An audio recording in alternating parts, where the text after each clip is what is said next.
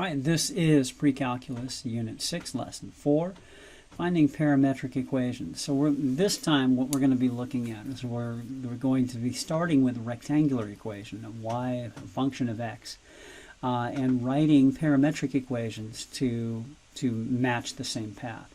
Now remember, when we go from a parametric equation to a rectangular equation, we lose information, particularly where along the path the object is at any given time. And so by taking a rectangular equation and writing a parametric equation, we're actually adding that information in. So literally there are infinite possibilities when it comes to writing a parametric equation to fit a given path. All right, so let's start with the first principle here.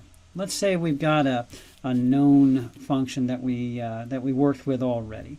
Let's say we've got this parametric equation. X of t equals 4 plus 3 sine t, comma, y of t equals 8 minus 2 cosine t.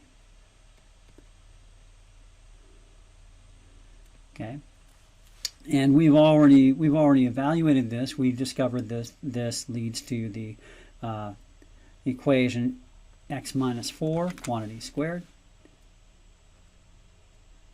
divided by 3 squared plus y minus 8 quantity squared divided by 2 squared equals 1. Okay, and so it's an ellipse that can be graphed centered at 4, 8 with horizontal axis 3 plus or minus to the right and the left, and 2 plus or minus up and down. And we can graph that in Desmos here. Let me bring up Desmos. Okay, and let's graph the parametric equation. 4 plus 3 sine t, comma, 8 minus 2 cosine t. Okay. Oh, by the way, I figured out why the t parameter was behaving so funky earlier. I had earlier done some problems with trig in degree mode, and so be aware of whether you're in radians or degrees. We want to be in the default radians. Degrees, it takes 360 degrees to make 2 pi radians, so they have the conversion factor of 180 over pi. So if it's in radians, usually circling around 2 pi, having a period of 2 pi, will get it all the way around the circle here. 2 pi, 1 pi will get it halfway. Now note, by the way, the starting position, the t equals 0 position, is at the bottom of the ellipse, and the orientation is counterclockwise around the ellipse, right? And so 2 pi gets us all the way around. Now, here's where the interesting effect has. I can create a whole class of parametric functions that have followed the same path but at different rates. So I'm going to do this. I'm going to insert a text here. No, come on. Insert a text. There we go. Insert a note, and we're going to let t equal, or replace t with 5t. Okay, and let's watch what happens. So 4 plus 3 sine 5t, comma, 8 minus 2 cosine 5t. And notice now the path of the function is the same, right? And let's go from 0 to 2 pi. 0 to 2 pi. Now, because we've substituted 5, we are actually going from 0 to 5 times 2 pi, or 10 pi. I can actually go all the way around the circle with 2 pi divided by 5. And that's all the way around, right? Any less, like less 1, gets us less of a distance around. Okay? And so let's go from 0 to 1, right? Radian. And let's do from 0 to 1 in the green. Okay, hide the purple. The green only goes around that far. The purple goes around that far. The purple goes around 5 times farther. So really what happens here is the path being traced by both functions is the same, but the rate at which it is traversed is different. And this literally goes for replacing t with any function of t. Any function of t. So what if I replace t with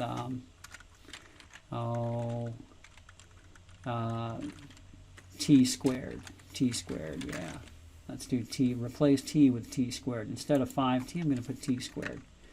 So that would represent a graph that, and of course it's going to misbehave until I get both of them in, t squared. Okay. Now, from 0 to 1, it behaves the same, but it's going to accelerate. So 0 to 2, right?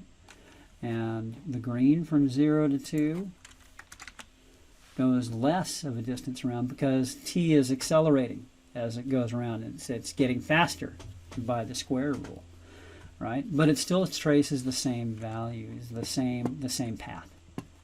All right, so that's principle number 1. And then the second objective of the lesson is take a given rectangular formula and write a parametric equation that meets it or that matches the path. Right? Now, as we said, that's adding time information, and there are literally infinite possibilities. But let's say we have y equals x squared divided by 2 minus 4. Okay? X squared, so we got this rectangular equation. Okay? So y equals x squared, divide 2, parabola there, minus 4, right, as a vertex, 4 down, goes to the left and the right a little bit here, and has some zeros. Okay. All right, so now we want to create a parametric equation. So here's what we do. We're going to let, and by letting we say that we are going to let x be any function of t we please. Now realize we do have to be aware that some functions of t have different domains or different ranges, it's different outputs. But if the range covers all real numbers, then the graph will be completely traced.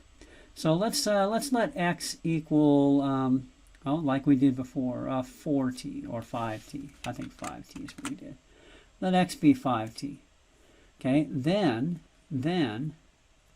y, which is now going to be a function of time, is x squared, which is 5t squared, divide 2 minus 4. Or y, a function of t, is now 25t squared over 2 minus 4. Okay, so let's graph that as a parametric equation. So x is going to be 5t, comma, 25t squared, divide 2, minus 4.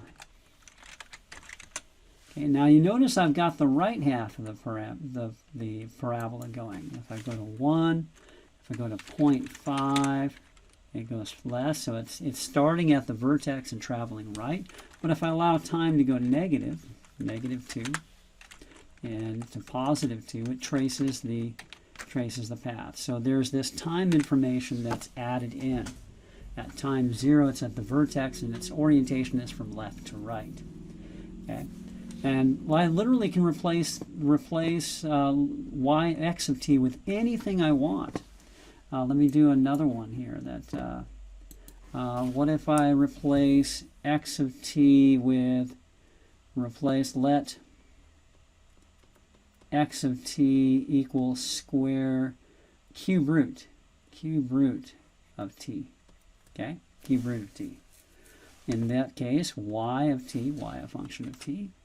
And I'm purposely picking functions that have a continuous domain or a continuous range covering all real numbers, so that there's no domain restrictions. Like if I did t squared, that means that x could only be positive output, and that would give me only the right half of the parabola and not trace the whole path. Okay, but y of t then is going to be cube root t times 5